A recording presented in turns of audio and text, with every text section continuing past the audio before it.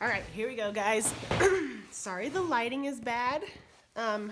So first I'm gonna go over the colors we have. This is the red shabby chic. This is the turquoise shabby chic. Sorry the lighting is weird. Here's the gray. And here's the white shabby chic. And then I'm gonna do the walnut color. This is what it's gonna look like, your packet. It's just gonna have your stuff kind of sticking out, and it's gonna be with your board. So yeah, it's gonna have your name on it. So grab yours. When you get home, get all your stuff out.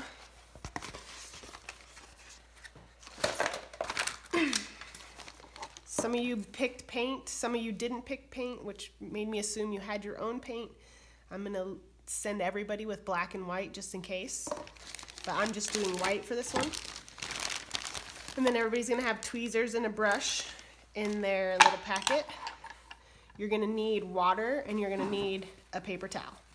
Let's see. Okay, so I'm gonna show you everybody else's designs first because they're cute. So someone picked, first I drink the coffee, then I do the things. Start the day with a smile.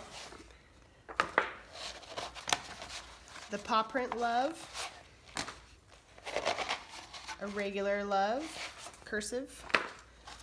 Some call it chaos, we call it family. Kind is the new cool. All right, the one I picked is crafting makes everything better, which to be honest, it does, right?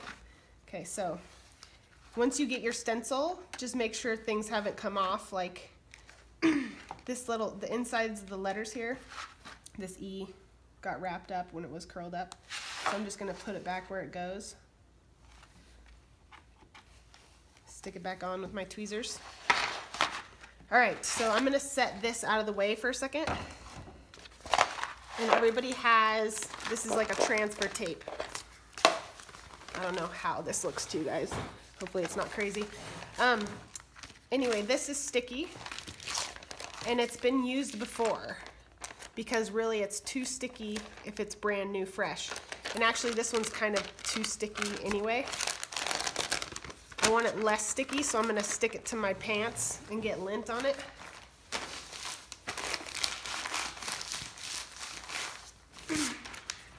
We're gonna go with that. What you're doing with this is you're taking your stencil, laying it out, and you're gonna put this transfer paper over the top of it. It doesn't have to be super flat.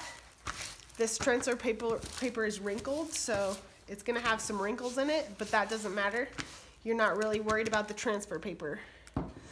All right, so I've got my transfer paper on top of my stencil. It should have lint on it so it's not so sticky. If it's really sticky, it's gonna make it really hard. So we just want it to be sticky enough, really. All right, our next step, you guys, is pulling the white paper backing off of our stencil. So you gotta get it started, and you wanna make sure the blue part stays stuck to your transfer paper. So I'm pulling it up and things are sticking. Usually I just fold it and push it back down when I get to something that doesn't wanna pull up. So like here, I'm like sticking it back down, pushing it, folding it. You want to make sure you roll it all back slowly and make sure this is sticking down to the transfer paper. So we're doing this. I'm not pulling up, you guys. I'm rolling it back. It makes it a lot easier if you just roll it back, because then this doesn't try to lift up on you. So I gotta push these down. This is gonna be one of the trickier parts. This and the next step, because they're basically the same step twice. I'll show you. So this part is the tricky part, and then the next part is the tricky part, getting your stencil onto the wood, which is basically the same thing we're doing right now.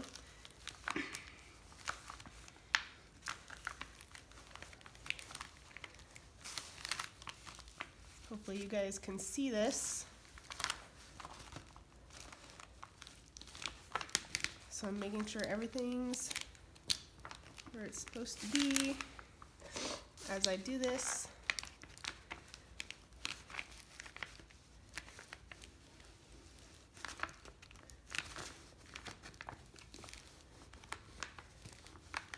And you're probably gonna have to help your kids with this part. Okay, the paper is empty. Yay. All right, so now I have the transfer paper with my stencil on it. I'm gonna bring my board back over here. You're gonna decide which side you want to be the top and which side you want to be the bottom. This line should be going horizontal though. If you do it this way, your stencil might not fit perfectly. Let's see. So I'm gonna go this way. And everybody's is gonna have little like things in it that are a little bit off. But now this part I stand up and I try to center it over my board. It's all see-through so you can make sure you see it.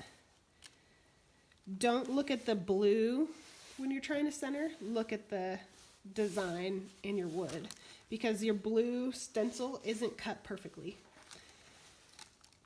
So try to get it straight on there, as straight as you can.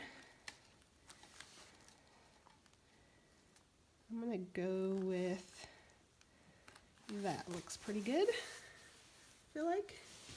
All right, so now I've got it where I want it, and now I'm gonna actually stick it down.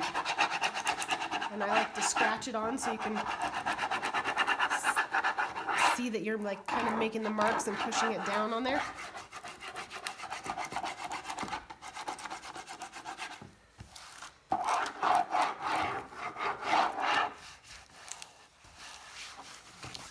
All right, now here's where we got to get the transfer tape off and have the stencil stay behind. Now this is where you don't want your transfer tape to be sticky. You're hoping it's not as super sticky. And you're gonna do the same thing. So just like I was rolling the paper off, rolling it this way, not pulling it up, because that might lift your stencil up. You're just rolling it back basically, and making sure everything stays down where it's supposed to. So rolling it back, see my A or my G lifted up over here? So I'm gonna roll this back and try to stick it down.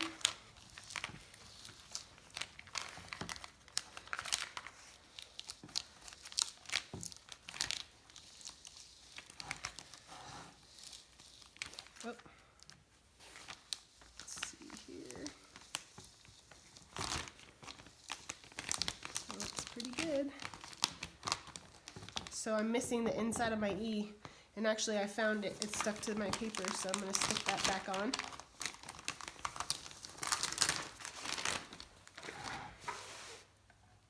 All right, so the inside of my E came off. I don't know if you guys can see that, but I'm gonna take my tweezers and stick it back on where it goes. And now I'm gonna try to get some of the bubbles out.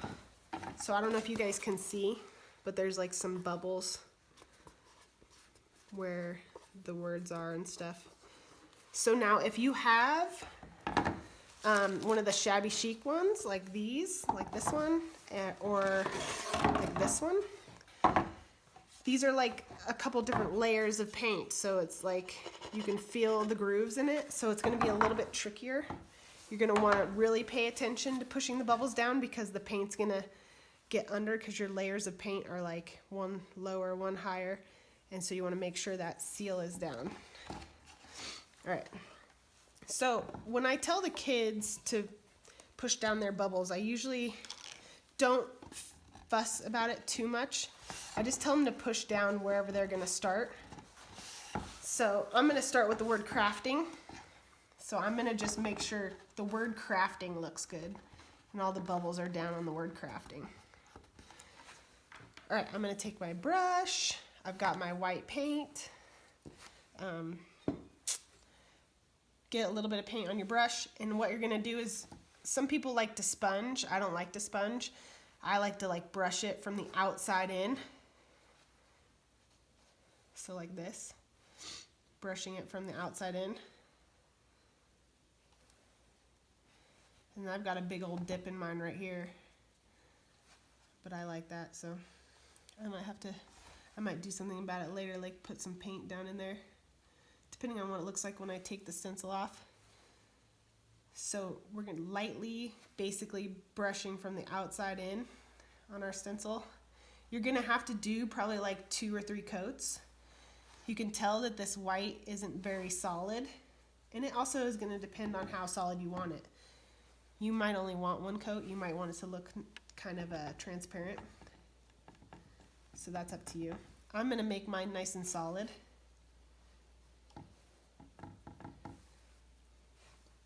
And while I'm doing this, I'm making sure I'm looking. If I see any bubbles, I'm going to push those down, because it kind of lifts up. Even if you've pushed it down already, it'll lift up, because wood is porous, so it's not sticking down on it that great.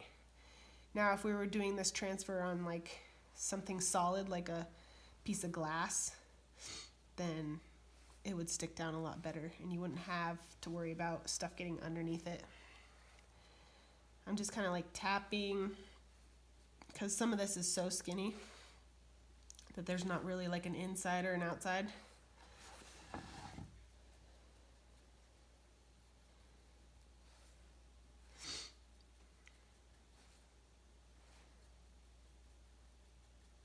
All right, I'm going to my next step, so I'm going to push all the bubbles out and then cover that. Now I'm probably going to fast forward this part so you guys don't have to wait. I'm probably going to do like 2 or 3 coats and use my dryer in between so that it goes a little faster. So I will see you guys in a second.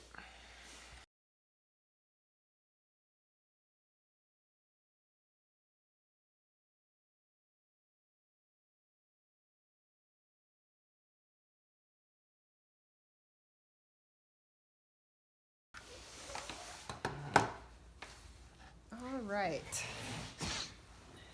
So I've got it partially dry. You can kind of tell it's shiny still. It's not like fully dry. And I'm going to actually take this off now. I'm going to rinse my brush out. So make sure you're rinsing your brush out really good and laying it flat and not letting the paint dry in it. Now obviously you only need water at the end, or if you have multiple colors, then that's why you need the water. So, and look, I have a ton of white left, so I probably used barely any of it. So when you get your colors, don't think that I stiffed you on color. I just know that you really don't need as much as you think you did. You guys can throw these away. I don't need these back. All right, so this is kind of wet, partly wet, right? Actually, I probably should keep this open because I have to go like in this hole a little bit. All right, so I'm gonna pull this off. Don't forget that this is wet, so if you pull this off and it sticks to something, like your clothes or something, it's gonna get on you. So pull it off, like holding it away from yourself, basically. You kind of gotta tug on it.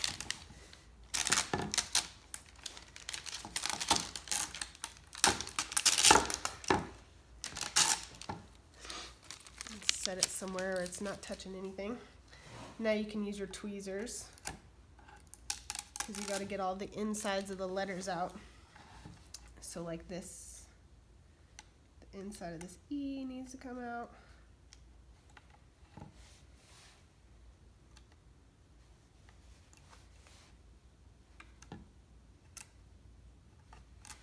All these insides.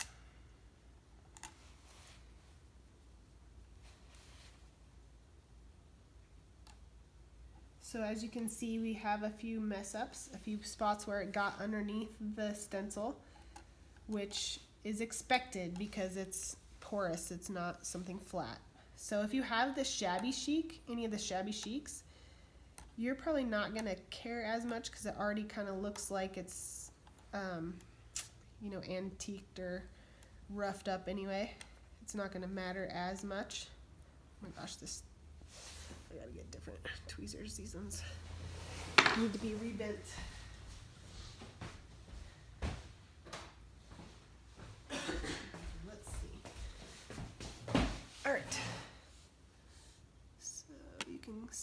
the insides of the letters are. So you just gotta grab them and pull them out.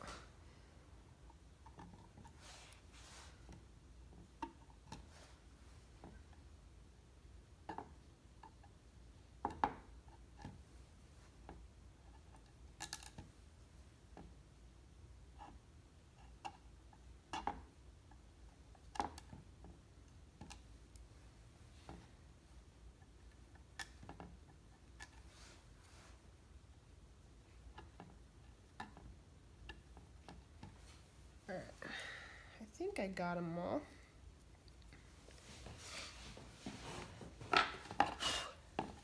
Alright, so I'm going to make sure that this dries the rest of the way, and then I'm going to show you how to fix up these little pieces here.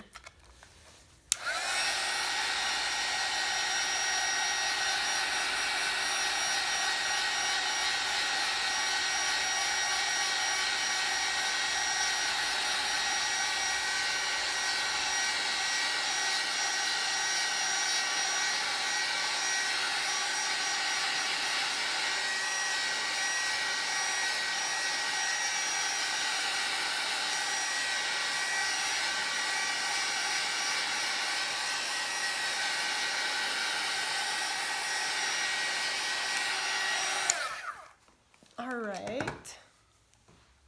Okay, so as you can see, like, let's see, the paint has gone down like into these cracks because the imperfection of the wood, right? In a lot of these spots where it's like a little bit,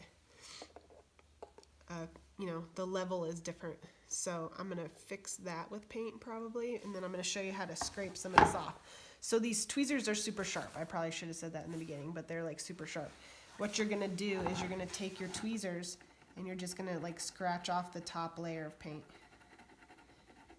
Don't scratch super hard because you don't want to take the walnut stain off the wood, or you don't want to scratch all this off, right? You're just like doing the top layer. And you're going to go around each piece and sort of scratch it off. It doesn't have to be super perfect, right?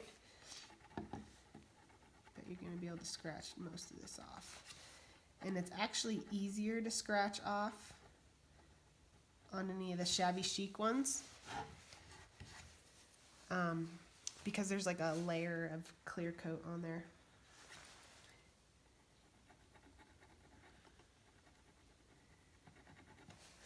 You can also try to use this like back side to scrape it off, but you can't be as perfect with that. It does work though. You want it to be dry when you do this part, that way when you like wipe it off, it's not just like smearing. Alright, I'm going to do the rest of this and probably fast forward.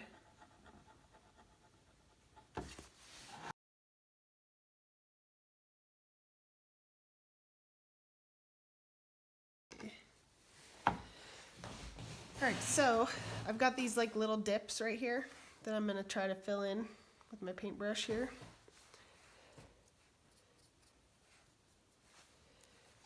I don't really mind it. Let's see.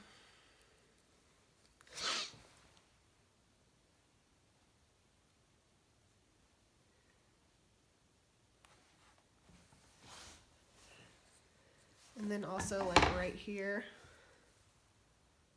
I can try to fill this in a little bit too. And I'll probably mess this up, so I'll have to scratch again. The good part about the scratching is when you do it at home, you're not like rushed. When you come to the studio, we kind of just have a time limit, so you feel kind of rushed depending on how much you need to scratch off. I mean, you could always go home and scratch it off with your own tweezers, but you feel like maybe you maybe left and you don't feel finished. But at home, since you guys will be doing this at home, you'll be able to scratch off as much as you want until you like it. So I'm going to dry these little spots and then scratch off my little mess ups I made.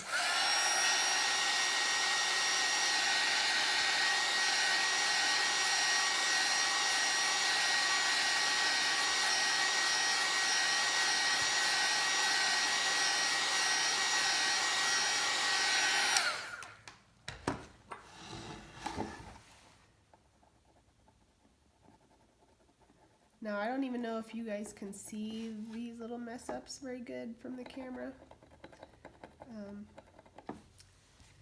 But they're there.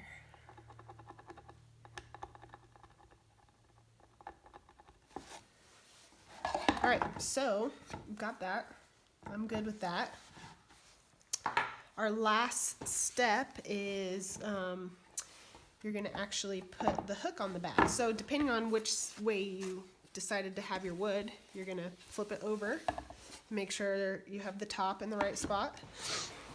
And in your little pack that I didn't grab out because it's clear and I didn't see it, is a little hanging set here. So you're gonna need a hammer. I'm assuming you have a hammer, hopefully. And you've got two little nails, little tiny nails, and then your picture hanger here. I don't measure, just because I don't. I usually just like eyeball it in the center because this has teeth on it, so it doesn't really matter anyway. You can move it to the center once you get your nail or your screw into the wall. And then you're going to take your tweezers. Tweezers are super helpful for this part. And hold your little nail. Get it going. And then line it back up.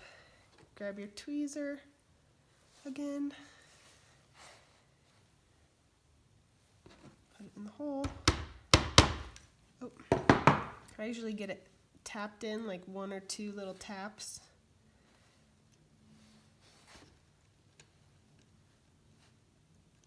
And like I said, this little hanger is perfect because it doesn't have to be exactly centered.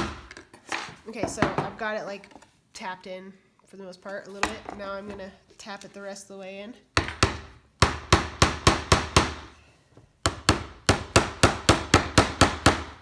All right, and that's pretty much it, guys. If you have any questions, you can message me on Facebook. You can message me on the website. Otherwise, your little kits with your names on the bags will be on the porch between 3 and 6 today. And I'm going to do, and I'm going to offer another one of these probably in the next couple days if you want to make one. If anybody else that's watching this wants to make one. All right. Thanks, guys. Bye.